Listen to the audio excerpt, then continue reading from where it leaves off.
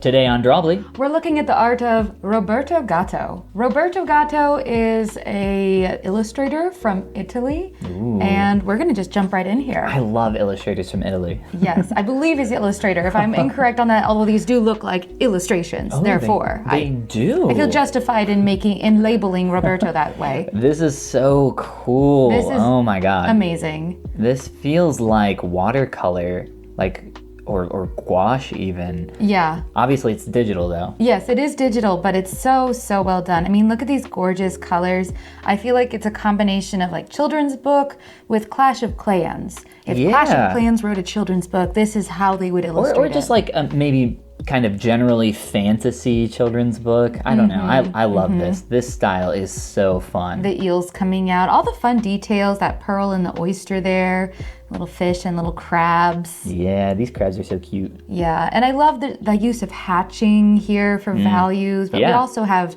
actual value shifts here and there too, as you can see there. It kind of reminds me a lot of like a Capcom style. I don't know if you're super familiar with like old Capcom art. This kind of gives me a little bit of that vibe. I think it's maybe like this kind of watercolory mix with hatching. I think it kind of gives that vibe a little. Yeah, okay. Well, I'll have to look up Capcom art. I've heard of that, but I have not seen it. I can't call it to mind right away. Yeah, they make Mega Man, I think Street Fighter, and a bunch of other things. In that case, yes, I do know what you're talking about. Yeah, I don't disagree. This is a fun scene. I think this is a personal project, right? Cute. Yeah, I think that's what we were reading. So it might be more personal. That's so cute. I love this. Oh, it's on Kickstarter. Check it out on Kickstarter. Yeah. Oh my god. Oh my gosh, the little goblin chef. Would you eat here is the question. Absolutely, I would. I mean, look at that big hunk of meat drying over there. Doesn't that look just delicious? If you want to just take a bite off of it. It looks raw, so I'm going to say no. Fair. And for the times when we have gone to the Renaissance Fair, I'm not normally the type to get the turkey leg. No, the turkey leg is like, buy one for your 6 friends, everybody take a bite, you're done with the turkey leg, move on with your life. It's a little too messy for me, in my opinion. Oh, I love this little like blue concepting. That is a thing. Some artists, especially, I think I've heard artists who start on traditional media and then scan it in to work on it more will draw in blue. It has something to do with like scanning it in and translating better color-wise. I have not seen that. And they've done professional work as well. This is a Disney card trading game. Yeah, Disney Lorcana. Disney Lorcana. It is a fairly popular trading card game for now, but we'll see how long it sticks around. They have a bunch of other professional work on their portfolio, but I thought it was just cool to see how different this was compared to all the other stuff we've looked at so far. Yeah. And a little hobbit hole. Very sweet little hobbit hole. Very nice to look at. Is this location actually in New Zealand? You can visit. Yeah, so I knew you could like visit the set, but I didn't know if that part was in New Zealand. Yes. That would be so fun to go see. I would love that. Let's go. Let's go to New Zealand. That'd be a cool trip. I'm holding you to that, so don't rescind on that. A nice, comforting hearth scene. I like the perspective on this a lot. Yeah. I imagine setting it up, that required some thought. One thing I want to point out here, and something that I've been trying to do in my own art a lot lately, is kind of doing like what I'm calling a gray pass, where you paint just kind of some desaturated gray or like maybe a muted color onto some areas, just to help like bring focus to other areas. Because I find I have a tendency to kind of make everything similar in focus and saturation, and that's a really good way to That's really smart. Push that. Good idea. I also like here, if we kind of back out as a whole, we've got this cyan blue and we've got orange over here. So the orange and blue, I always love to see those paired together. I think they look so good together. Our highlights on this ball are orange. We got orange on this side. Yeah, this is fun. Really cool. Clearly a cracked door letting in some light somewhere, casting it onto the wall. Or maybe that's the doorway itself. It looks a little narrow for a doorway though. That's cool. This is so cute. This is so cute. I love that. A little wedding photo with the little old lady kind of blurred out in the background knitting. That's cool perspective though, the way they've kind of used a really, or faked the use of a short focal length. That's sweet. Yeah, I like that a lot. This is Ranma 1/2, right? Okay.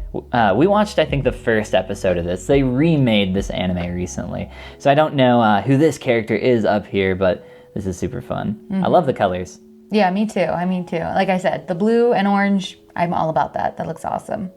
Yeah, they also do a really good job of kind of making things like really sketchy in certain areas, but they still read super well. And that's something I'm always impressed by. I've been noticing that a lot more. This is really cool. This is amazing. I bet this took a ton of work. I mean, imagine these gigantic landscape pieces to get them to read the way you want them to read. That must be a real labor of love.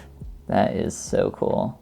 Man, I would actually make that my desktop computer background. That's so cool. Yeah, I always think we're going to have to one of these days start just making or buying the prints of the ones we love the most. Yeah, absolutely. There's just so much good art out there. I think this one is a really good one to just stop and look at for a moment, just even though it's so simple.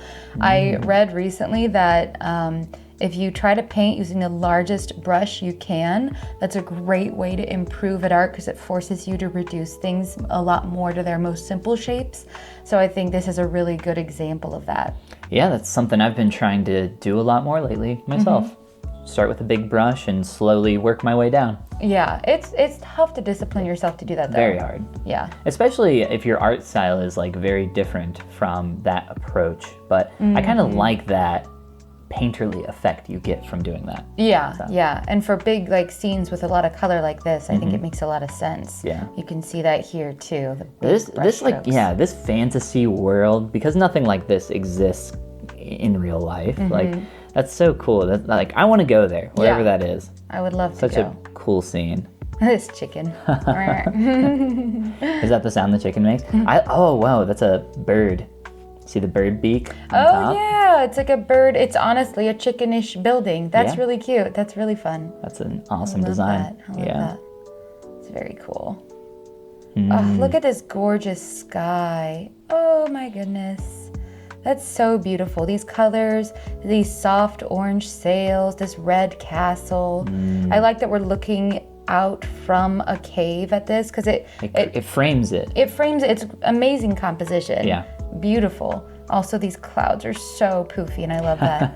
One day The we'll learn to- the bane of our art careers. One time- Clouds. One time we tried to paint clouds. One time? More than once. And we didn't master it in a couple sessions, and therefore we've declared clouds our mortal enemy of the art world. I've tried clouds many times, and I've definitely gotten better, but I still find them so difficult. They are very difficult. Clearly, this artist has taken clouds to a whole nother level. You want to know a fun detail of this one? What's that? Look at the footsteps. Ooh, It's a the footstep and a peg leg. leg. Isn't that so fun? Oh my gosh. I just That's so love that. clever. Even the crab has his own little footsteps. What a nice detail.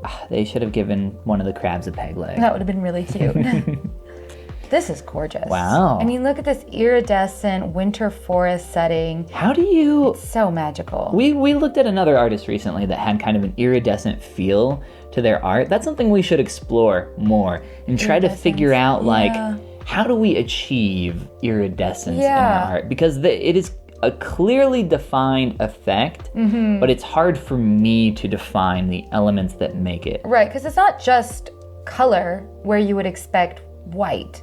It feels a little chromatic, aberration-y to me. You know, obviously there's like these colors where you wouldn't expect them. You wouldn't see so many purples with these trees typically, even at sunset, but...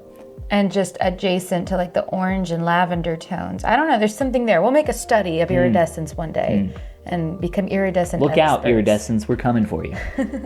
Blue and orange, can't beat it, so join it. It's the way to go. This Torii Gate is really pretty. I love the way the snow is illuminated with the orange too. Okay, this is a really subtle thing, but look at the frame and how they've done like a little just rough edge on the side here. It makes it feel like it was peeled with masking tape. How you would do in a traditional painting. I wonder how I would simulate that. I don't know. It wouldn't be too hard. It wouldn't be too hard, but it wouldn't be too easy.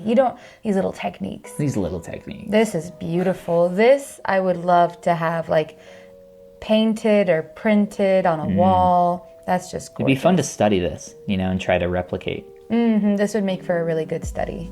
Yeah, because it's not too complex. I think when you do a study, it's best to try to stick to something specific and obtainable. Yeah, especially at our level. Oh, wow. This is so cute. I love this little mushroom village. You mean a mushroom kingdom? Also, The little owl. is it an owl? I thought it was a cat. It's an owl. Okay, yeah, it probably is an owl, but okay. I see the feet now. Looked like a tail. Those are so cool. Those were amazing. I loved those. I especially love me a mushroom kingdom. Yeah, Roberto Gatto knows what he's doing. And if you want to know what you're doing, click that subscribe button down below. And this is the part where we say Goomba.